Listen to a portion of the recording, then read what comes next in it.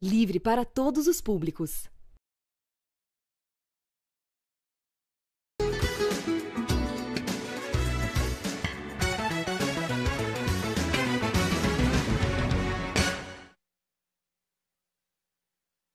Oi, pessoal! Boa tarde para todos vocês que acompanham o Bom para Todos ao vivo aqui na TVT, na Rádio Brasil Atual 98.9 e também nas redes sociais no youtube.com/redetvt e no facebook.com/redetvt. Nas redes sociais, você pode escrever aqui para a gente, manda comentários, sugestões, me fala de onde você está acompanhando, se você está conseguindo fazer isolamento, me fala sobre como está sendo sua realidade, de onde você fala, tá bom?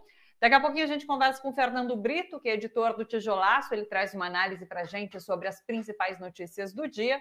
Hoje também tem participação da Rede Nossa São Paulo aqui com a gente, a Rede Nossa São Paulo que está trazendo recortes do mapa da desigualdade, apontando que a Covid-19 tem endereço certo na capital paulista. É sobre isso que a gente conversa hoje com a Carolina Guimarães. Hoje também temos participação do Sérgio Amadeu, que é professor da Universidade Federal do ABC, é também pesquisador de redes digitais. Ele vai falar um pouquinho para a gente sobre o projeto de lei de fake news que chegou à Câmara dos Deputados depois de ter sido aprovado no Senado.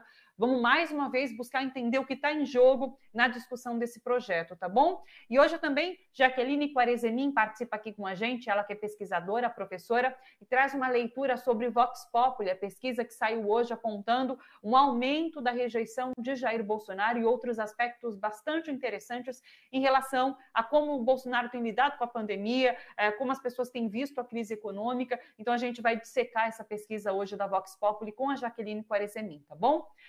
Vamos lá para as principais notícias? A gente vem divulgando aqui no Bom para Todos quase diariamente episódios de violência da polícia no estado de São Paulo. Violência, inclusive, que o governo classifica como casos isolados. Mas hoje a Corregedoria da PM divulgou dados que mostram uma outra realidade. A letalidade nas cidades da região metropolitana de São Paulo, de janeiro a maio deste ano, aumentou 70% em relação ao mesmo período do ano passado. Já na cidade de São Paulo, a letalidade da polícia aumentou 34%. Foi sepultada hoje de manhã a adolescente baleada por outro adolescente num condomínio de luxo em Cuiabá, no Mato Grosso.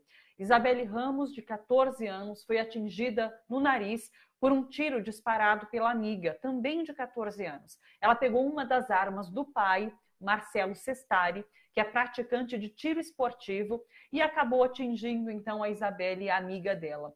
De acordo com a Federação de Tiros do Mato Grosso, Marcelo e a filha participavam de aulas e campeonatos há 3 anos nessa entidade. E em Vitória, no Espírito Santo, o instrutor de tiros morreu ao disparar contra o próprio peito durante a comemoração de seu aniversário. Ontem à noite isso aconteceu. Lohan de Souza Brito, de 27 anos, resolveu mostrar uma arma nova a um amigo durante a festa de aniversário dele. No momento do disparo, a filha de Lohan, de apenas 4 anos, estava com ele, estava com o pai. Mais um caso, então.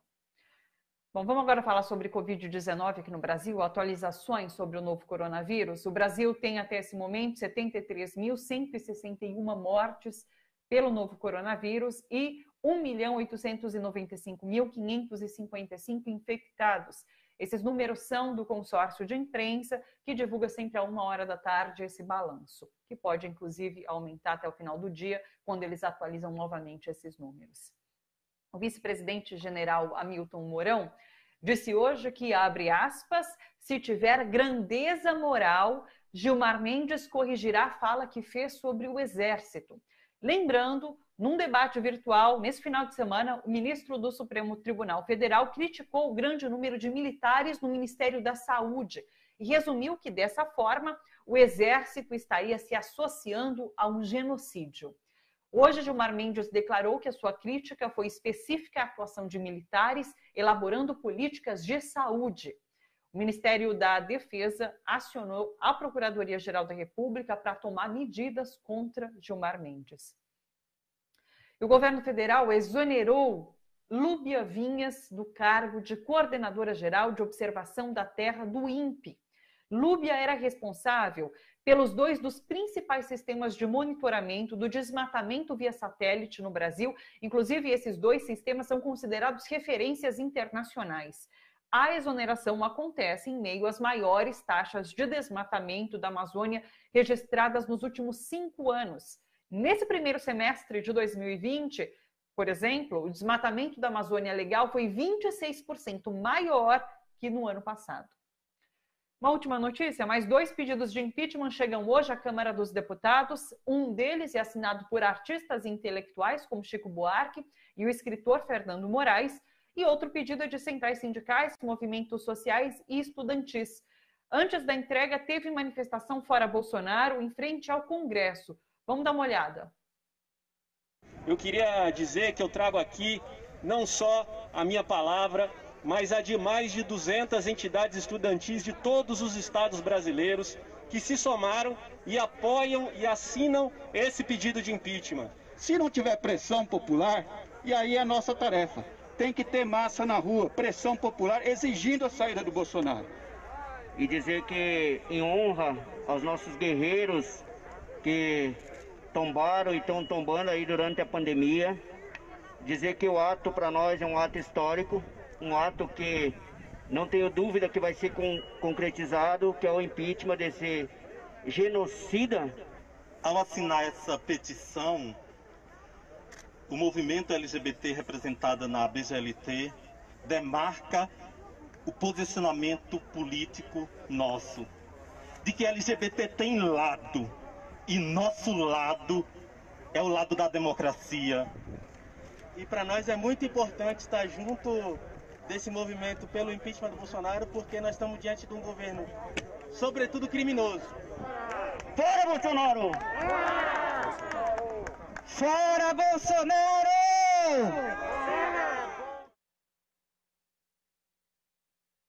Quem está com a gente hoje para tentar nos explicar esse contexto todo dessas notícias é Fernando Brito, editor do Tijolaço. Oi, Fernando. Olá, Thalita. Conseguiu cortar o cabelo na pandemia, hein? Eu reparei. Ficou muito bom. Não. Mas é mais Ainda bem fácil que reparou. de entender, porque todas essas coisas acabam se juntando. Eu estava ouvindo você fazer a escalada do programa e fui vendo como as coisas se emendavam, né? Você começou com o Mourão falando, desafiando o Gilmar Mendes a ter grandeza moral, reconhecer que errou, dizer que o Exército estava se desgastando a sua imagem, ao se associar objetivamente a esse processo genocida que já nos levou 73 mil pessoas e vai nos levar até o final do mês para perto de 100 mil mortos, que não pode merecer outro nome. E pensando no seguinte, o ministro Gilmar Mendes tinha que ganhar uma plaquinha de agradecimento do Exército, porque ele disse que os militares precisam ouvir. Eles estão se desgastando e se colocando como responsáveis por algo que eles não têm responsabilidade central, que é a pandemia, que é o trato que o país, ou não trato que o país está dando a essa doença. Veja, nessa pesquisa do Vox Populi, que ao final do programa será comentado, há algumas questões sobre o acerto ou erro de colocar um militar dirigindo o Ministério da Saúde, o acerto ou erro dos militares participarem do governo e da política, e a confiança nas Forças Armadas. Nada menos que 82% dos entrevistados dizem que a solução Pazuello foi um erro no Ministério da Saúde. Veja, 82% contra apenas 15% que consideram essa saída uma boa providência. Então, nós temos uma proporção aí de que aproximadamente 7 ou 6 brasileiros para 1 acham que é um erro ter um general como ministro da Saúde. 65%, ou seja, 2 entre cada 3 brasileiros, acha que os militares não deveriam integrar o governo e deveriam se manter afastados da política. E, por último, quanto à confiança nas Forças Armadas, o índice de não confiança, de não confio nas Forças Armadas, chegou a 30%, mais ou menos o dobro do que o Datafolha, em setembro do ano passado, registrou. Então, nós temos 30% das pessoas que não confiam nas Forças Armadas e 47% que confiam um pouco ou mais ou menos.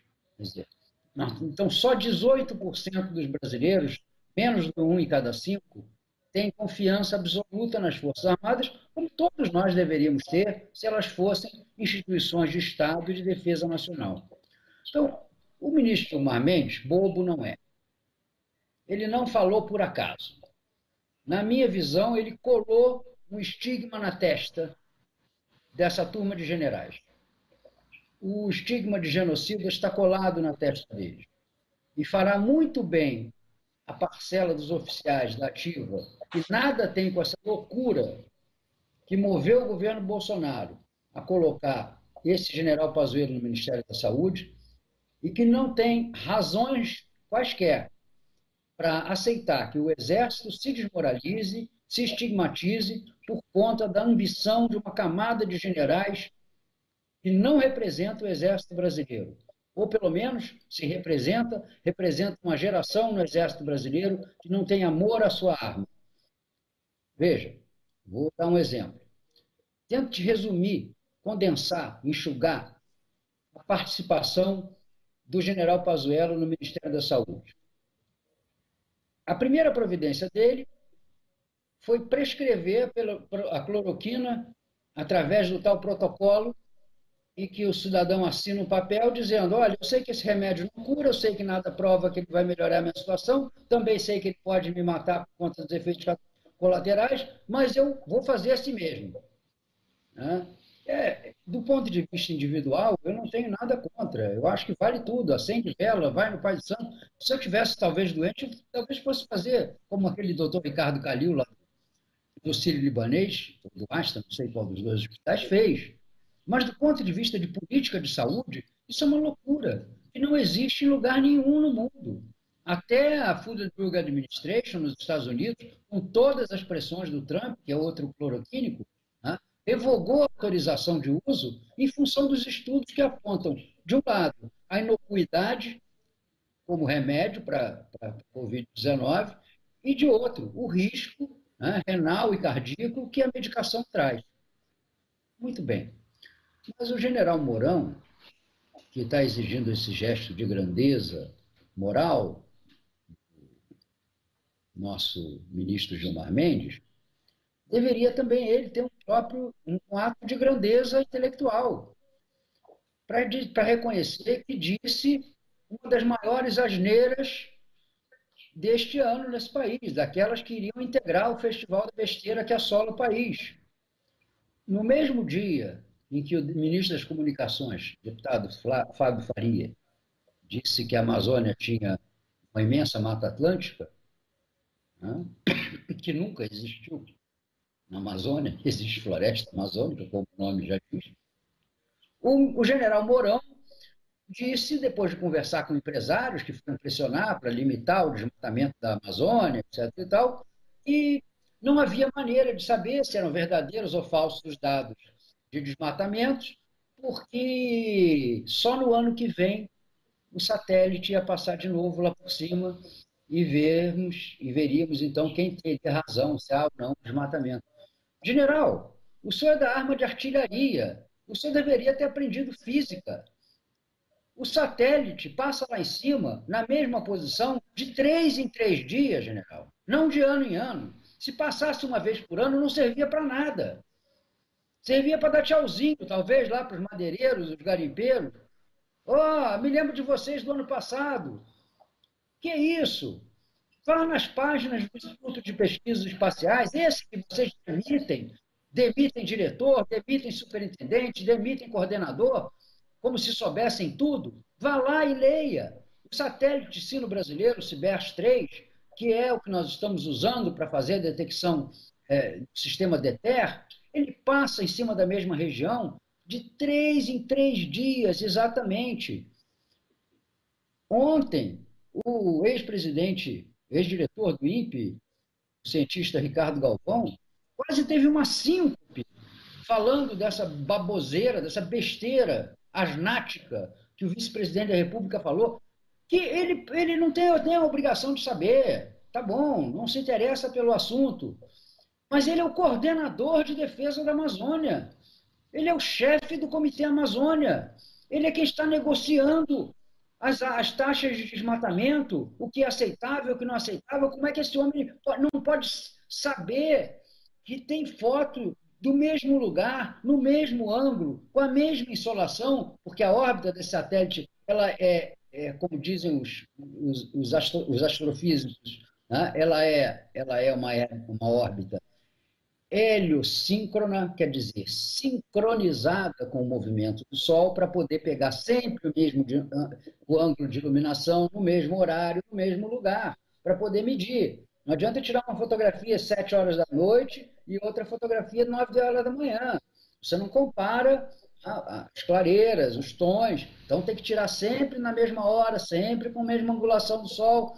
Né? Então, por isso, ela anda em sincronia com o Sol. Mas não quer dizer que ela esteja dando a volta ao Sol e vai levar como a Terra 1 ano para voltar, general. Isso é beabá. Então, o senhor deve ter também a grandeza intelectual de dizer que o senhor é um ignorante em matéria de vigilância espacial, de sensoriamento remoto, de controle do desmatamento na Amazônia. O senhor não sabe. Ser ignorante não é vergonhoso, general. Vergonhoso é assumir um papel de quem precisa saber e ainda por cima dizer que antes do satélite passar, tudo que nós falarmos ou que estamos falando sobre o desmatamento da Amazônia é conversa de bêbado. O senhor me desculpe, a sua conversa é que não é muito sóbria. Fernando, quero ouvir sua opinião sobre algo também. Quando você fala sobre esse selo que Gilmar Mendes coloca no exército de genocida, nos militares que compõem o governo, pelo menos, a gente sabe que Bolsonaro tenta a todo custo se descolar dessa pandemia, dos danos da pandemia. Então, ele já falou que é responsabilidade do governo do Estado, que é responsabilidade do STF. Não poderia, de alguma forma, ser até uma estratégia de Bolsonaro deixar essa pasta da saúde nas mãos dos militares, para que, talvez, numa possível candidatura em 2022, ele usar isso para se livrar também desse peso, mas estava na mão dos militares, daí se livrando de Hamilton Mourão também como vice-presidente. Pode se tratar de uma estratégia ou você não acredita nisso? Não acredito nisso. Não acredito nisso. Sabe por quê? Porque o Bolsonaro é igual aqueles suplementos de jornal que tinha escrito assim em cima: não pode ser vendido separadamente. O Bolsonaro é indissociável de polícia, Forças Armadas e milícia. Não dá para separar o Jair Bolsonaro dessas coisas, porque se tirar isso do Jair Bolsonaro, ele é nada. Ele é coisa alguma. Então, eu acho que tem uma coisa no Bolsonaro. É claro, ele é cínico, ele é dissimulado, né? Ele não tem a menor consideração pelas pessoas que formaram ao lado dele, né? O ex-ministro falecido Gustavo Bebiano é o maior exemplo disso, né? Ele levou um piparote glorioso, né? O general Santos Cruz, que era ainda dentro desse grupo de generais que o acompanhou, aquele que conservava uma certa postura, também rodou por intrigas de Carluxo e Fábio Von Garten, né, por essa ala olavológica do governo. O Bolsonaro rifa qualquer um, mas ele não pode rifar o significado das Forças Armadas no autoritarismo que ele estimula na sociedade, né? E nós estamos vendo uma sociedade onde se estimula o autoritarismo e a violência. Ontem, os dados nos jornais mostravam que o registro de armas não só tinha crescido em 2019, como agora, este ano de 2020, com pandemia e tudo, já tinha praticamente, em junho deste ano, igualado o ano inteiro de 2019. Quer dizer, pode-se prever que esse ano vai dobrar o número de registros de armas e vai dobrar também o número de casos chocantes como esse que você mostrou no início do programa, daquela menina que perdeu a vida por uma brincadeira. E não adianta. É claro que adolescente vai ter o fetiche por arma, o cinema está aí, os filmes de ação estão aí, as brincadeiras policiais, desde que eu era criança, do polícia e ladrão, estão aí, entendeu? Só uma cabeça como a do Onyx Lorenzoni pode dizer que uma arma em casa é o mesmo perigo do liquidificador. Entendeu? Então, nós vemos, eu fico com pena desse pai, entendeu? Porque ele era um cultor das armas, ele era praticante de tiro, e mesmo um praticante de tiro, uma menina que só agora legalmente pode fazer prática de tiro, porque não podia na legislação passada, quer dizer, gente que tinha algum hábito de lidar com arma, se mete num acidente desses e mata uma menina de 16 anos. O marmanjo lá, que foi se exibir com a arma nova, eu já nem digo nada. Mas uma menina de 16 anos, qual é a maturidade que tem para ter acesso a uma arma? Então, é uma vida que se vai, ou então que se desgraça. A amiga dela que fez o disparo, coitada, vai sofrer um trauma terrível de ter matado a sua própria amiga. Então, para que isso? Para que esse culto da morte, esse culto da violência? Né? E aí, você transfere isso para a polícia. E tem esses dados que você citou aí, né? e que cresceram, inclusive, eu dei esse número ontem, 26% durante a pandemia. Quer dizer, então nós vamos agora, depois de a gente assolar a polícia, mandar a polícia para cima, dizer que bandido bom é bandido morto, que tem que sentar o dedo àquele cidadão que pisou no pescoço de uma mulher de 51 anos, num ato brutal de covardia, porque não há maneira de se acreditar que uma guarnição de policiais não tem condições, se fosse o caso, de mobilizar uma mulher de 50 anos de idade sem uso daqueles recursos. Depois essa gente fica assim, e vocês querem saber, não pode, isso é um mal policial, desonra a farda, não vamos tolerar. Não vão tolerar, não vão tolerar, não vão tolerar, não vão tolerar, e o assunto se repete. Entendeu? Então, esse é o drama que nós estamos vivendo. Enquanto nós tivermos políticos que bailem com a morte, que bailem com a violência, que queiram imaginar que no século XXI a lei e a ordem vão ser mantidas como no faroeste de cinema, né? Porque no faroeste real as cidades controlavam muito mais as armas e não se entrava no salão com revólver na cintura. E essa gente vai levar só isso. Só isso. E, infelizmente, como no caso da menina de Mato Grosso, a gente só entende o perigo na hora que atinge uma pessoa próxima de nós, como infelizmente atingiu essa família. Que tristeza, pois é. Fernando, sempre agradecidíssima da sua participação aqui no programa, tá bom? Um grande beijo, uma boa tarde para você. Para você também, e ficou muito bom o seu cabelo. Muito obrigada. Tchau. Um beijo para você. Até. Tchau, Fernando. O Fernando sempre me contava que ele cortava o cabelo em casa, né? Ele falou, você não reparou? Eu falei, mas cabelo de homem é difícil de reparar, porque é mais curtinho, né? E ele falava, segunda vez que eu tô cortando meu cabelo em casa, agora dessa vez que eu cortei. E ele falou, porque se a gente deixa de reparar no corte de cabelo de mulher, elas ficam nervosíssimas. Então ele reparou no meu. Vamos lá, pessoal, comentários. youtube.com/RedeTVT. Entre, se inscreva. Você também pode se tornar membro. Daí você faz uma contribuição para ajudar a TVT, a Rádio Brasil Atual, e tem acesso exclusivo a conteúdos aqui, tá bom? A gente já está com a Carolina Guimarães, da Rede Nossa São Paulo, que traz mais dados sobre o mapa da desigualdade. Deixa eu pegar aqui os dados certinho. Vamos lá. Hoje em dia, quem acompanha o Bom para Todos sabe que toda terça-feira tem participação da Rede Nossa São Paulo por aqui. E hoje a rede traz mais um recorte, então, do mapa da desigualdade, mostrando que o endereço é fator de risco nessa pandemia da Covid-19, principalmente na capital paulista. São 3 novos indicadores agora: taxa de emprego formal, renda média familiar e famílias em extrema pobreza. Quem traz os detalhes para a gente desse recorte da pesquisa é a Carolina Guimarães. Oi, Carol, tudo bom? Tudo bom? É um prazer estar aqui com vocês hoje. Exatamente. Essa faz parte da série, né, que a gente está cruzando morte por Covid e diferentes indicadores do nosso mapa da desigualdade. E a gente também está explorando cada vez mais novos indicadores que a gente trouxe nessa última pesquisa.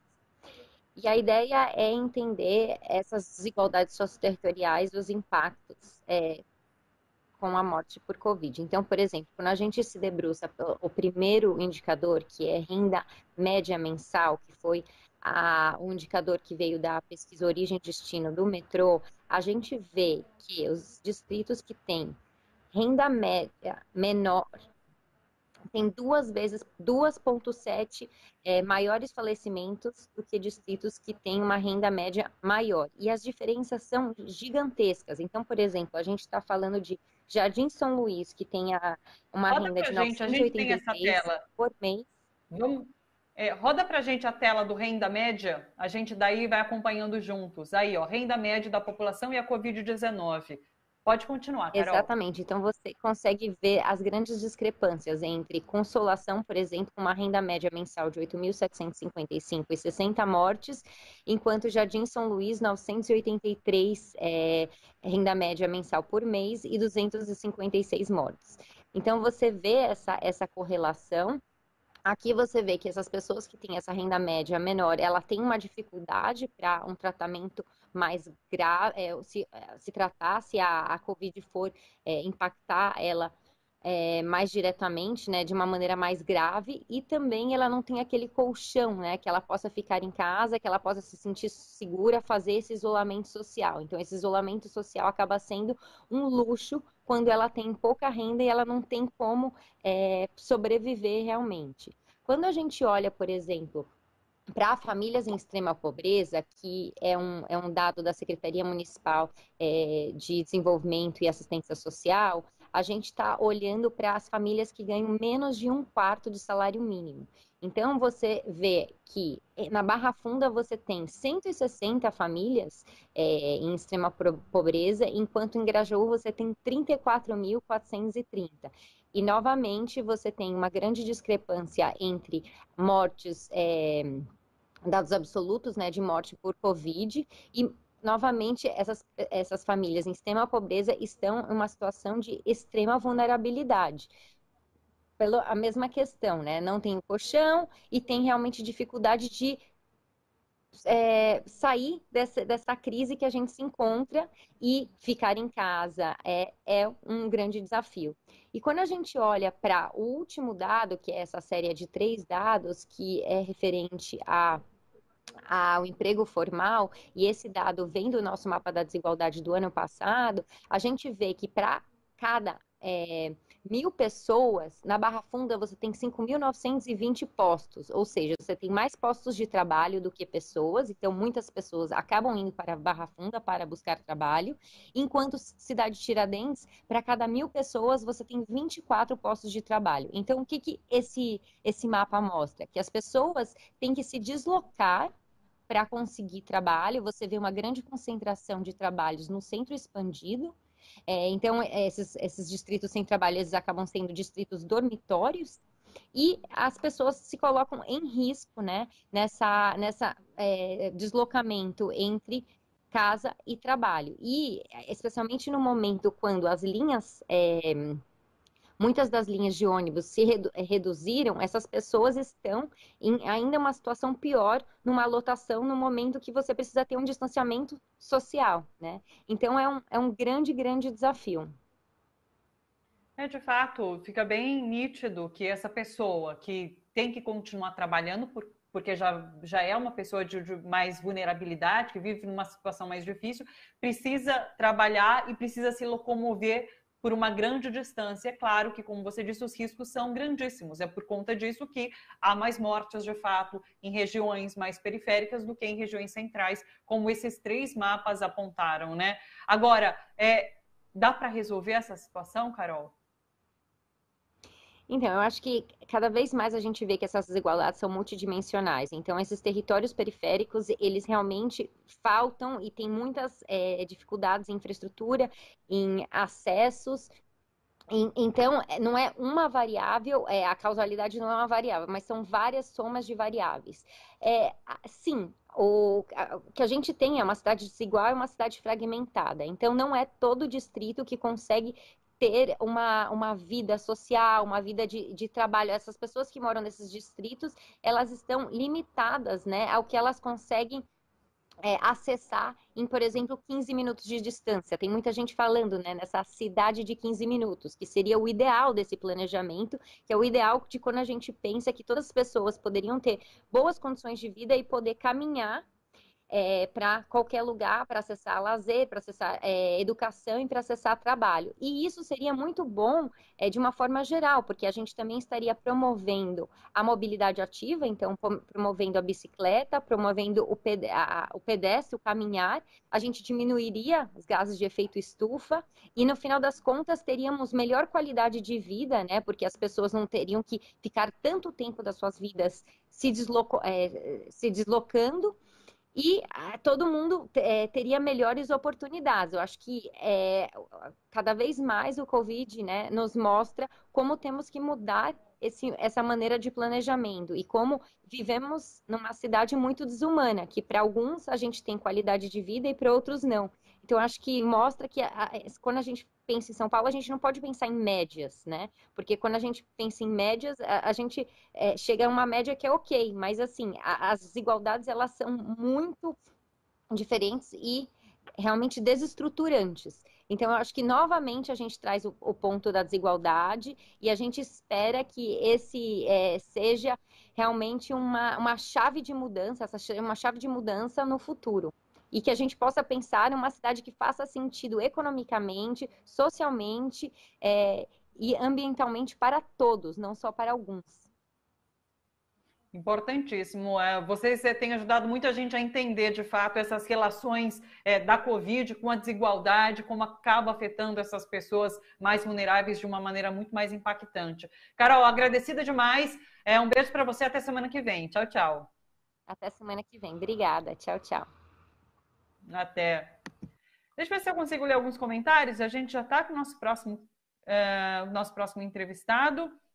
Deixa eu ler alguns nomezinhos de pessoas que estão aqui com a gente. Lafayette Ribeiro, Claudemir Lorena, Lívia Mara Malaquias, a Marta Denise, Diego Jesus, Ana Carolina, Antônia Santos, Magno Novaes, Valdineia de Jesus, Salete Coelho. Boa tarde para todos vocês. Que bom ter a companhia de vocês aqui durante a tarde, pessoal. Vamos já para a nossa próxima entrevista. A gente volta hoje a falar aqui no Bom para Todos sobre o projeto de lei das fake news. Foi aprovado no Senado, está em discussão na Câmara. Essa discussão começou ontem, inclusive a gente noticiou aqui no Bom para Todos. Nos últimos dias, a ONU, a Organização das Nações Unidas, e também a OEA, a Organização dos Estados Americanos, criticaram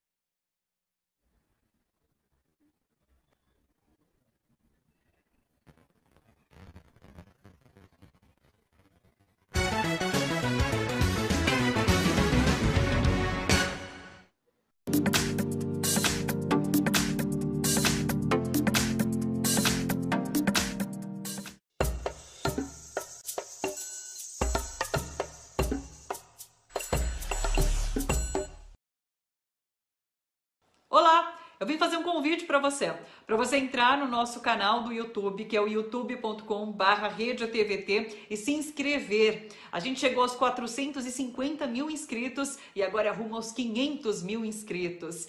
Você pode também se tornar membro no nosso canal. Daí você faz uma contribuição de R$ 7,99 por mês e contribui com esse projeto de democratização da comunicação. Contribuição para a TVT e também para a Rádio Brasil Atual. Então não se esqueça de se inscrever no nosso canal e também de tornar-se membro. Tem os quadradinhos lá, é só clicar. É isso. youtube.com/RedeTVT. A gente agradece.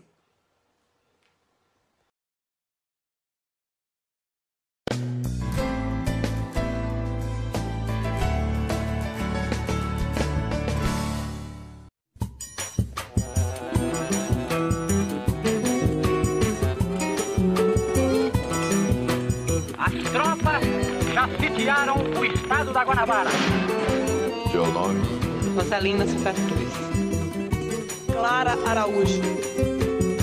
2011. Dilma Vana Rousseff. Mineira de nascimento. Gaúcha por opção. Economista.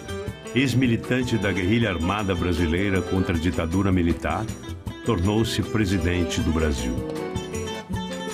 Há uma coisa muito importante a ser dito sobre ela, que talvez alguns de vocês possam não ter dado a devida atenção. Ela não foi eleita presidente do Brasil. Ela foi a primeira presidenta da história do Brasil.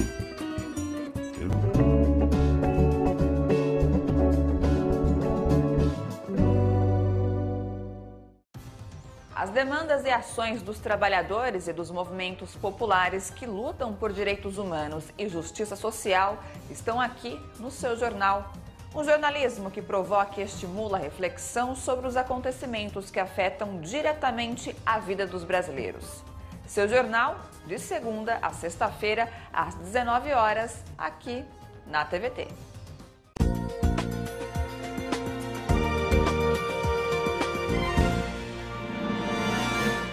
Quem é membro do canal da TVT no YouTube ou apoia a TVT pelo Catarse, agora tem 40% de desconto nos livros do site da livraria da editora Expressão Popular. Acesse o nosso site ou redes sociais e saiba como participar.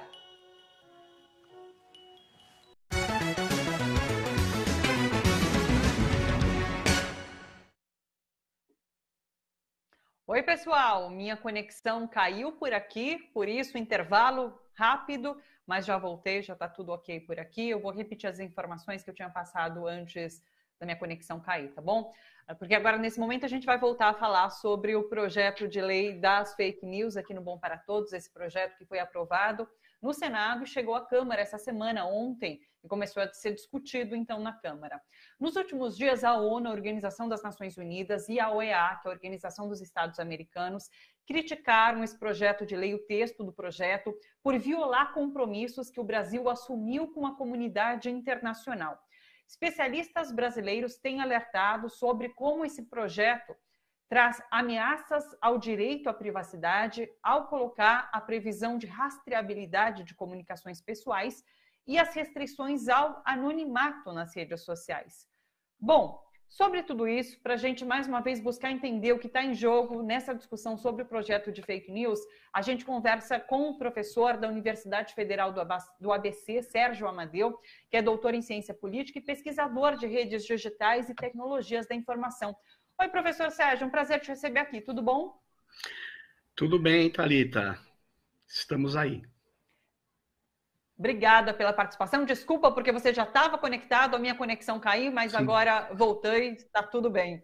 Sérgio, eu queria que você começasse explicando para a gente do que se trata esse projeto. Eu vi algumas informações a respeito de... Tem pessoas que defendem que o projeto tem algum tipo de punição ou de que as empresas de comunicação, essas plataformas que são empresas de comunicação, sejam responsabilizadas por essas fake news. E há quem defenda que indivíduos que postem as fake news sejam responsabilizados de alguma forma. Eu queria que você explicasse para a gente do que isso se trata e o que você defende de fato. Bom, Thalita, em primeiro lugar, esse projeto ele é bastante perigoso, porque ele aumenta o poder das plataformas, ele aumenta a as possibilidades de coleta de dados da plataforma. Ele, aliás, exige que toda a cadeia de comunicação seja rastreada, né? E ele não resolve os problemas da desinformação, cujas fake news é um dos problemas. Eu queria até lembrá-la que o presidente Jair Bolsonaro, ele chegou a dizer que cloroquina salva as pessoas da Covid, e todos nós sabemos que não. Ele chegou a dizer que o Greenpeace jogou óleo no mar do Nordeste brasileiro. E isso é uma acusação completamente caluniosa. A desinformação que é feita nas redes sociais tem fábricas, tem promotores que não são simplesmente as plataformas. Então eu queria dizer que numa rede transnacional, boa parte das fábricas de desinformação, elas não necessariamente estão no Brasil, né? E o que eu queria dizer é que esse projeto de lei, ele não resolve em nada o problema da desinformação, né? Ele prejudica o jornalismo investigativo, porque ele dá um poder para as plataformas fazer a censura privada, o que é extremamente perigoso. Ele pode, na verdade, também gerar uma onda de denúncias vazias, porque ele permite, no artigo 12 desse projeto, a remoção de conteúdos sem uma ordem judicial. E eu queria só lembrar, Thalita, que quando o The Intercept começou a denunciar a Operação Lava Jato, ele foi acusado de fake news. Imagine se os conteúdos das reportagens do The Intercept pudessem ser retirados do ar por uma simples denúncia da horda bolsonarista. Então, esse projeto de lei, ele pode gerar censura sem resolver o problema da desinformação. E queria só alertar a todas e todos que estão nos ouvindo que, para atuar contra as atuais fábricas de desinformação, nós não precisamos de uma nova lei. O Alexandre Moraes está mostrando que com leis de injúria, calúnia, difamação, organização criminosa, com a lei de crimes contra a saúde pública, com essas leis nós conseguimos, sim, instaurar o devido processo legal contra o gabinete de ódio. Professor Sérgio, o que a gente tem percebido, inclusive em discussões aqui no Bom para Todos, a gente conversou com a Renata Miele, com a Ana Mielke, e todos vocês mostram os pontos negativos dessa lei, né? Então, as pessoas que fazem parte, pesquisadores que fazem parte desse campo mais progressista, fazem críticas à lei. No outro lado, a gente vê que também o presidente Bolsonaro já se pronunciou dizendo que, caso o projeto seja aprovado, ele vai vetar esse projeto. Há bolsonaristas que chamam essa lei de lei da censura. Então, eu queria entender quais são os interesses que existem por trás dessa lei, que já foi aprovada, inclusive, no Senado. Quais são os interesses? Certo. Os interesses do centrão, os interesses de voltar à hegemonia política para o demutucanato, certo? Para os partidos do chamado centrão, os partidos que não têm como estratégia principal a desinformação, e sim o neoliberalismo e o assumimento de cargos na máquina federal.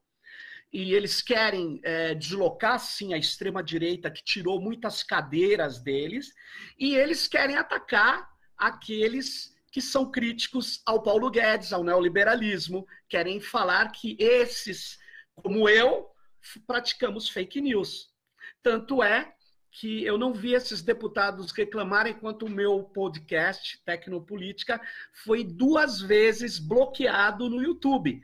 Eu não vi os canais da extrema-direita serem publicados. Por isso que eu sei o que é quando você traz um assunto que esse centrão, esse neoliberalismo bem comportado não quer, ele transforma a sua crítica em algo que não é bem verdade. Então, veja, nós precisamos separar interpretação, opinião de fake news.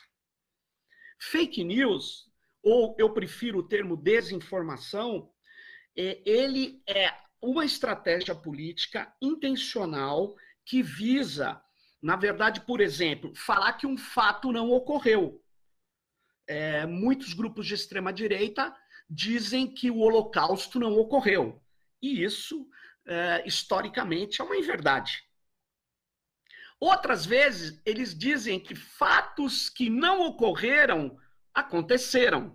Por exemplo, o Bolsonaro, que diz que o Leonardo DiCaprio financiou ONGs que colocaram fogo na Amazônia. E as ONGs não colocaram fogo na Amazônia.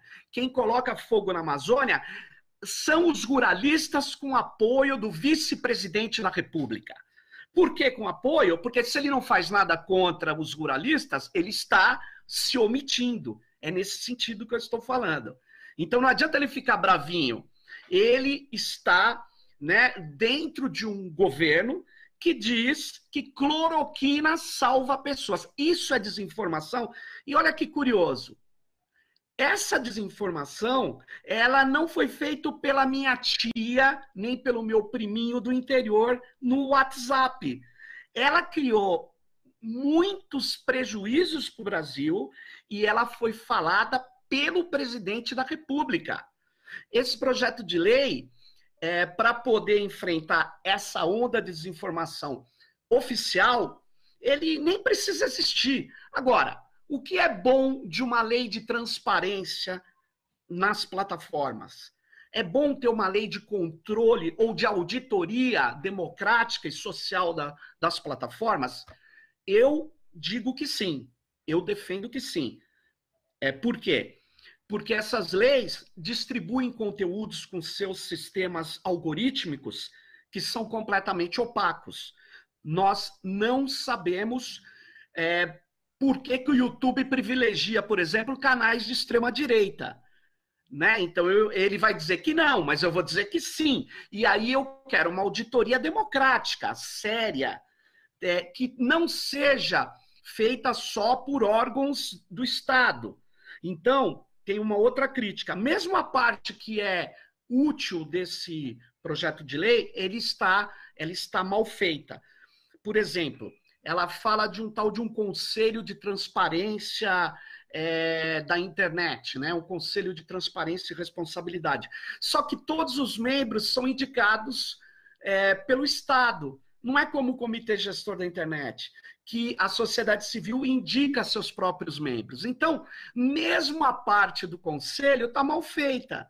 Por quê? Porque precisamos, para fazer um projeto de lei dessa ordem, desse tipo, nós precisamos ouvir a sociedade civil, os grupos de direitos humanos, nós precisamos de ouvir as universidades, os pesquisadores, e não só os deputados, não só os deputados. Os deputados são os nossos representantes, mas em temas da maior relevância, a nossa Constituição, inclusive, permite a participação direta da sociedade. Então, eu acho que eles estão fazendo de modo assodado a aprovação desse projeto de lei. Por quê? Porque ele interessa a quem quer uma censura da opinião crítica.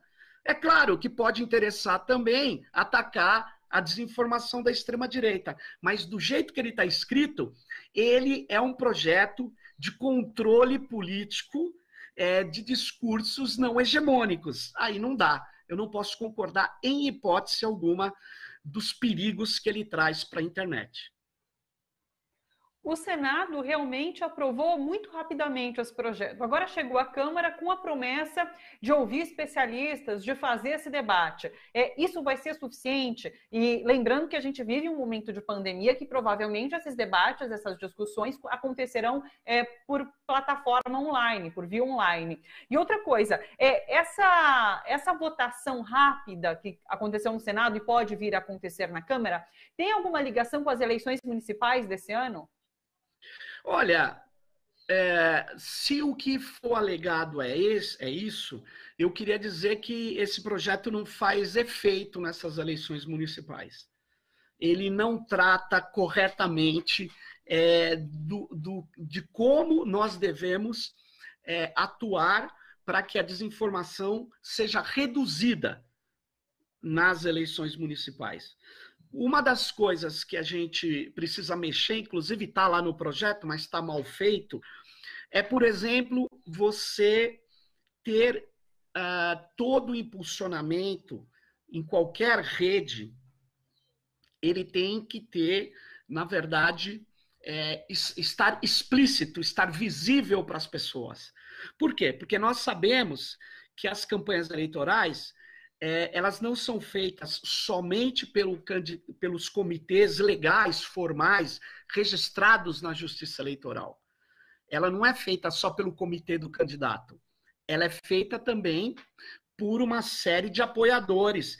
Por exemplo, a campanha do Bolsonaro em 2018, o velho da Havan gastou mais dinheiro promovendo a campanha do Bolsonaro do que ele declarou, o comitê do Bolsonaro declarou formalmente. Ou seja, isso está tudo com provas ali na Justiça Eleitoral.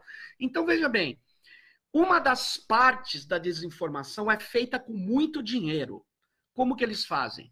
Eles pegam empresas, contratam empresas e fazem disparos em massa no WhatsApp, vão agora fazer uma série de campanhas no Instagram, que é uma rede que está já com muita audiência no Brasil, e vão fazer no Facebook também. Muita gente utiliza o Facebook, o Twitter menos, mas o Facebook.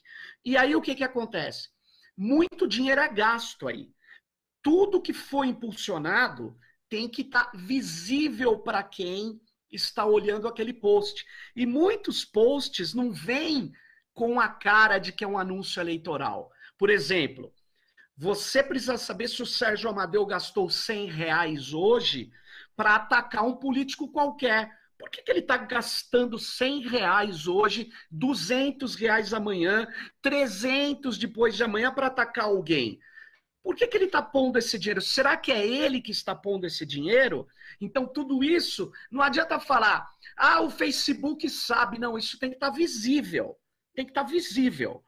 E isso incomoda as plataformas de ter a visibilidade. E outra coisa no WhatsApp. Enquanto o WhatsApp Business permitir disparos massivos, os empresários ligados à extrema-direita vão usar esse expediente para atingir as pessoas massivamente também.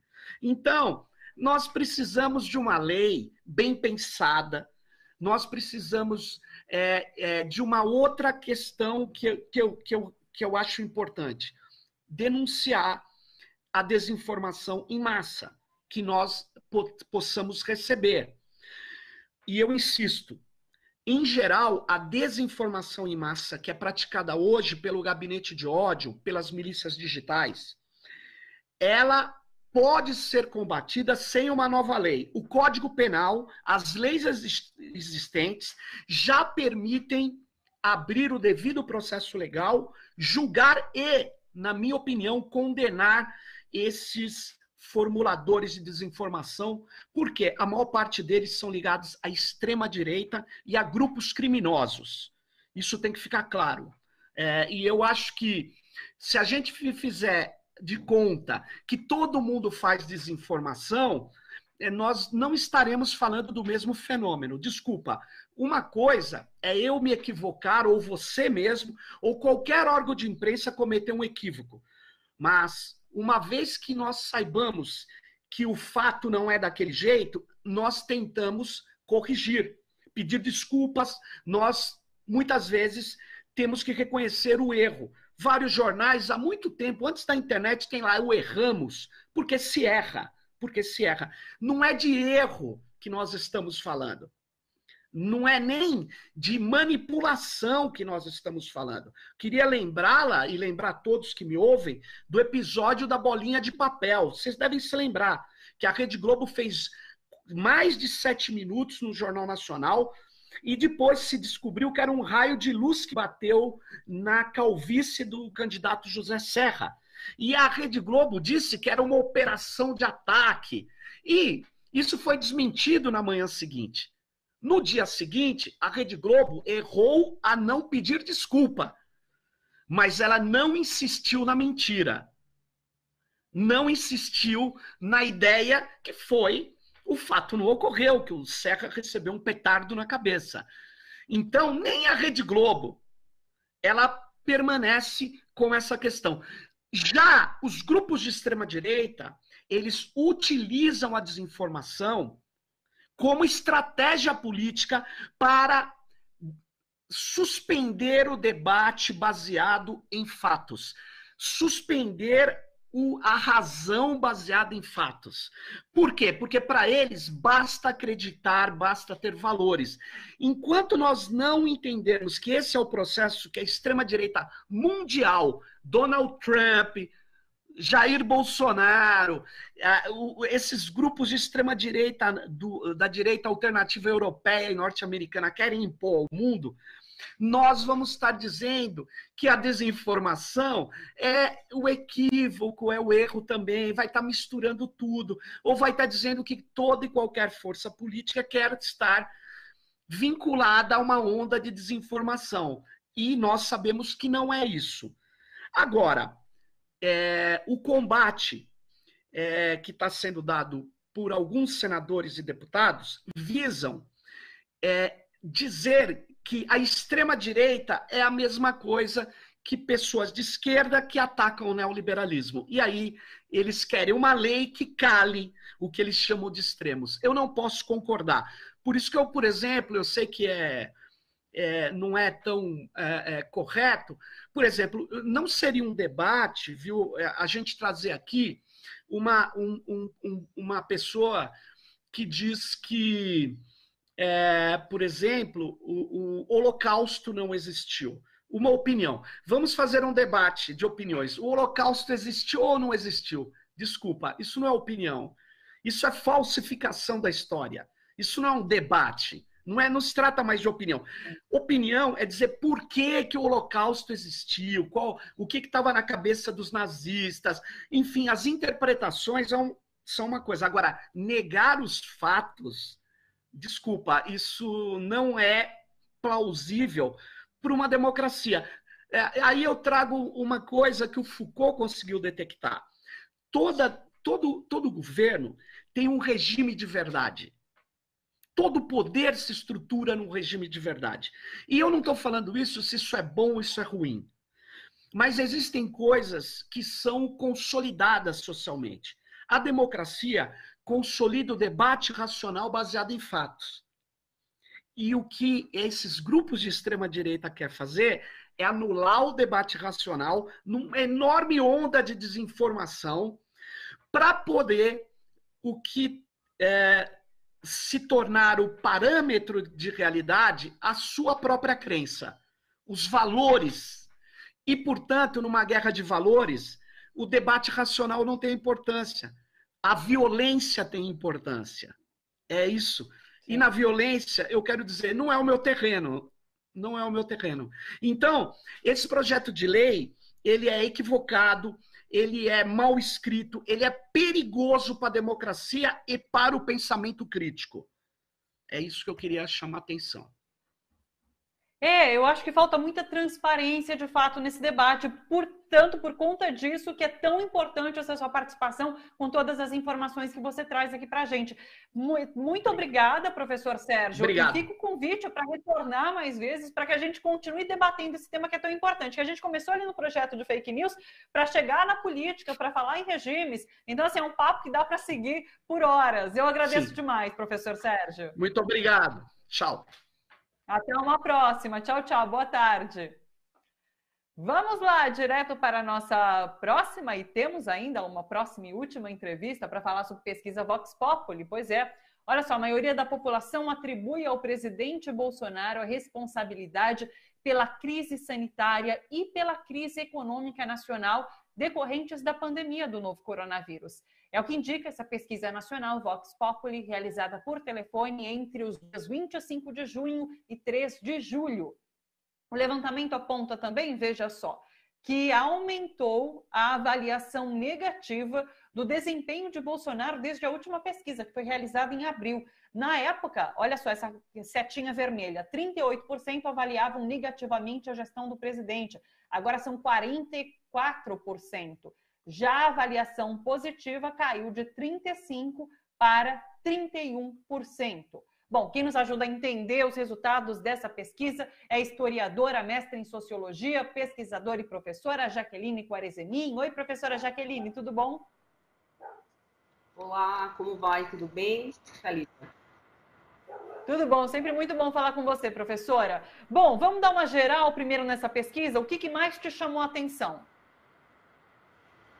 Então, eu tenho que colocar esses aspectos técnicos que, por exemplo, tem duas variáveis na pesquisa, que é sexo e idade.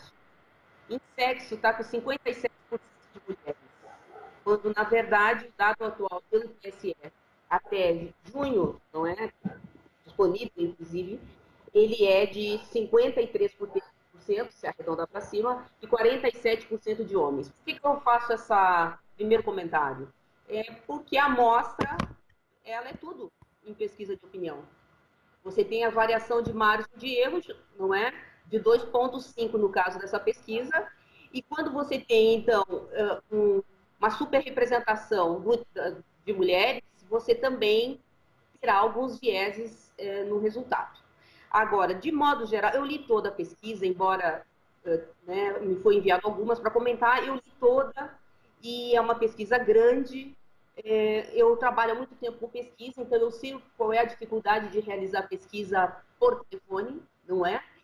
Mas o que eu quero dizer é que, de modo geral, tem 28% a 34% que sempre se posiciona favorável ao governo, ou às políticas, ou ainda acredita nesse governo. Então, 28% a 32% seria quase que um consolidado que concorda com o governo de modo geral, não é?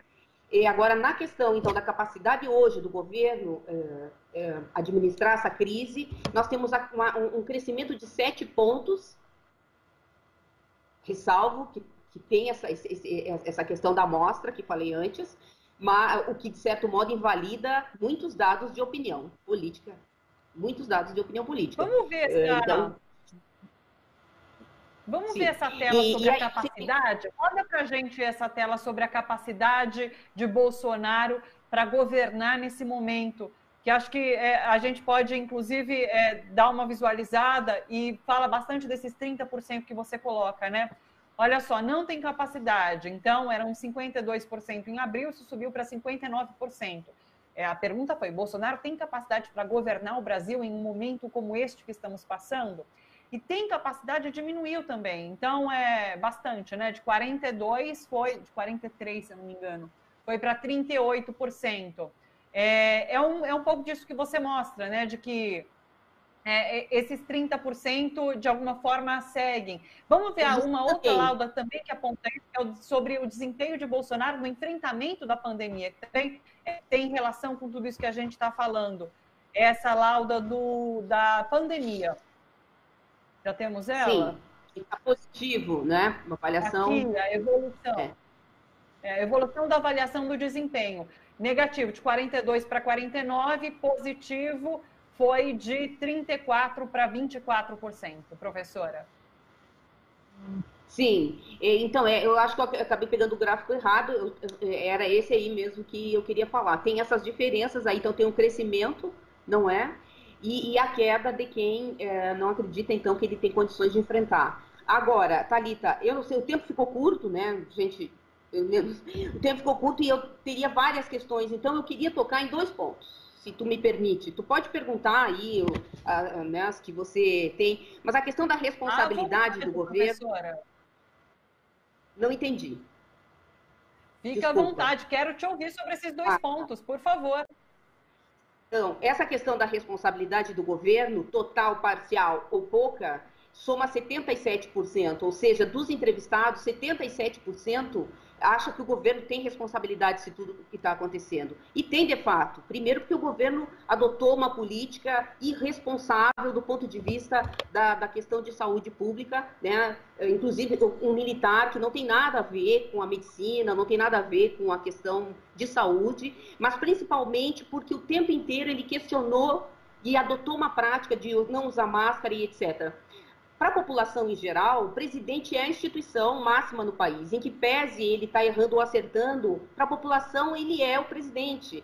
Então, jamais isso poderia ter acontecido. Isso fez uma confusão na cabeça das pessoas e elas não acreditam mais em questões que são sérias, como o cuidado. Tanto que nessa começo, assim, essa reabertura inicial, nós temos aí o aumento em algumas cidades que já estavam diminuindo. Então, assim, ó, o que aconteceu, está acontecendo nesse país é de uma irresponsabilidade muito grande e tem que responsabilizar junto com isso o Congresso, porque afinal estava mais preocupado em fazer um campo de alianças para garantir o centrão no poder e dar, de algum modo, governabilidade para Bolsonaro, do que enfrentar essa questão seriamente, não é? O Judiciário ainda teve uma postura, o Judiciário, vamos dizer aí, o Supremo teve uma postura mais crítica, tentou aí se posicionar mais, mas de qualquer modo, essas esferas de poder, elas conversam muito.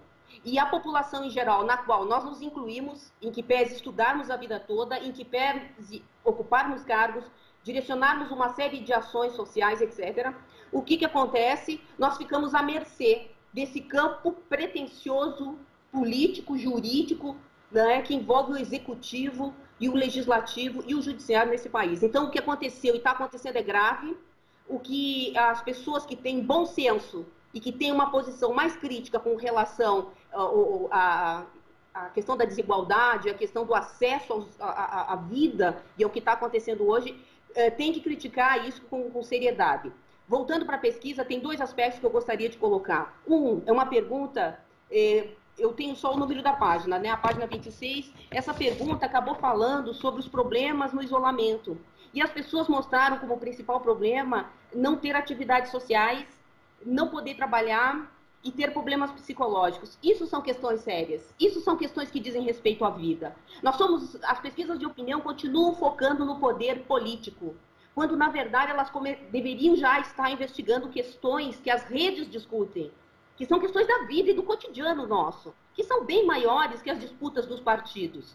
Os partidos, eles têm que vir agora nas eleições e mostrar seus programas, etc. E o campo crítico a tudo isso, ou que vê uma perspectiva melhor a partir da política, tem que, de algum modo, mostrar quem é quem nesse processo, não é? Porque não podemos continuar errando, como aconteceu na eleição em 2018. E uma outra pergunta, que ela está na página 47 do grande relatório que também chegou a mim, pensando nos 3 tipos de problema que envolvem né, as pessoas, quais os 3 principais problemas que as pessoas julgam mais importante hoje, a pandemia é o principal problema. Quer dizer, você tem 49% que disse a pesquisa, mas se considerar a margem de erro, teria 51, não é? 51,5 a 47,5. Então, o que acontece? Essa é uma questão séria, essa é uma questão de fundo. A política continua nos 30%, porque o interesse geral na política é em 30%. E outra questão que eu gostaria de trazer para aqui é um dado que há muito tempo Latino Barômetro, Latin Panel, vem trabalhando, que é esses 28%, 30% de conservadorismo na América Latina, e principalmente no Brasil, onde as pessoas sempre concordaram com regimes militares, etc. Então, a situação é complexa, a pesquisa aponta alguns dados interessantes, essas questões subjetivas têm que começar a ser pautadas de uma forma mais séria, porque as pessoas estão realmente preocupadas com a vida, não é? A política começa a responder essas questões que dizem respeito às nossas vidas, a como que as pessoas se alimentam, como que as pessoas dormem, aonde que elas dormem, se elas têm dinheiro para pagar luz, aluguel, etc. A questão do emprego, isso é grave, né? Quer dizer, a pandemia ela acelerou a questão digital, a questão, enfim, das tecnologias no trabalho, e isso acabou fazendo com que um aumento também né, do desemprego, porque muitos negócios que foram para o remoto vão aproveitar, vão continuar, e vai reduzir também o número de pessoas, porque o remoto dá conta hoje de muita coisa, a gente sabe disso.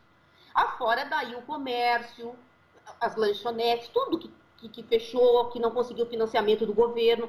Isso foi uma grande farsa, me desculpa. Eu não tenho aqui os números precisos, mas tá circulando por aí, num outro momento a gente pode aprofundar. A maioria dos recursos que estavam disponíveis para dar assistência às empresas, eles foram destinados às grandes empresas. Por quê? Porque precisa de lastro, precisa de garantia para acessar crédito. Então, várias coisas devem ser passadas a limpo. É uma pena que nós ficamos com esse tempo pequeno para discutir assim, essa pesquisa, em que pese ali eu ter feito as considerações quanto à amostra, ela trouxe alguns elementos importantes que podem ser aprofundados, não é? E, enfim, desculpa se me estendi aí, acabei falando uma série de questões. Não. A gente tem mais alguns minutinhos, acho que você traz uma leitura super importante, interessantíssima sobre a pesquisa. Eu queria só fechar falando sobre, diante de tudo isso que você coloca, inclusive dessa rejeição ao governo Bolsonaro, diante dessas perspectivas em relação à qualidade de vida das pessoas, que, como você disse, é isso que importa, é a vida que importa. Há um número curioso em relação a pessoas a favor e contra o impeachment de Bolsonaro, que de certa forma poderia mudar essa estrutura em que vivemos. A gente até tem essa tela também, são 45% a favor do impeachment de Jair Bolsonaro, 47% contra. Como fazer a leitura desse número? Sim, mas 47 a 45, né, a favor 45 e contra 47, na verdade isso é um empate, porque a margem de erro é 2,5, então está dentro, está empatado, não é? Na verdade, nós temos uma população dividida, e isso vem, na verdade, aprofunda-se na eleição de 18, mas isso vem desde o impeachment da Dilma. O início disso tudo foi numa festa, né? Foi na Copa. Na Copa que começou a se manifestar essas opiniões, assim, e que até se posicionavam com palavrões em estádios, essas coisas, assim, muito complicadas do ponto de vista da democracia e da política. E, de certo modo, o campo aí da esquerda foi permitindo, em termos, isso, não é? Então, tinha que ter tido um pouco mais de cuidado, assim como tem que ter cuidado com a questão de reconhecer o que houve com o ex-presidente Lula, né? Quer dizer, nós tivemos os militares anos no poder, agora eles estão de volta num outro formato, quer dizer, se torturou, se matou jovens, tem uma série de problemas que a sociedade não discutiu, simplesmente foram anistiados. Então a questão do Lula ela é importante, e aqui eu quero dizer que eu tenho uma série de posicionamentos quanto ao PT, mas a questão do Lula, não só por ser uma grande liderança, mas principalmente porque não podemos continuar repetindo erros e aceitar as coisas como elas acontecem, não é? Então, voltando a essa questão do impeachment, ela não está colocada principalmente porque o Centrão, junto com um campo que se articula em torno de várias forças, amenizaram para o governo permanecer. E esse governo vai permanecer enquanto interessar a política que está sendo desenvolvida, a política econômica, que setores diferentes aí de opinião colocam ela como desastrosa, não é? Ela não responde às questões mais imediatas, está passando a boiada e está passando direto. A questão da água passou, né?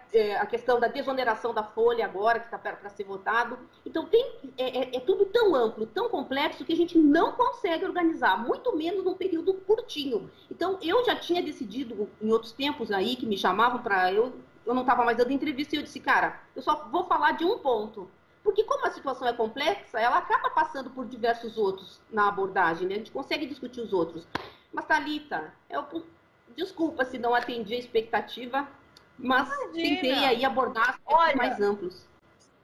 Claro, professora Jaqueline, já fica o convite para você retornar aqui. A gente tinha conversado com a professora no começo do ano, quando ainda estávamos no estúdio, ela participou ali com a gente, e agora que voltamos a nos encontrar, mas vamos tornar mais frequente esses encontros, porque você sempre agrega muito ao nosso programa.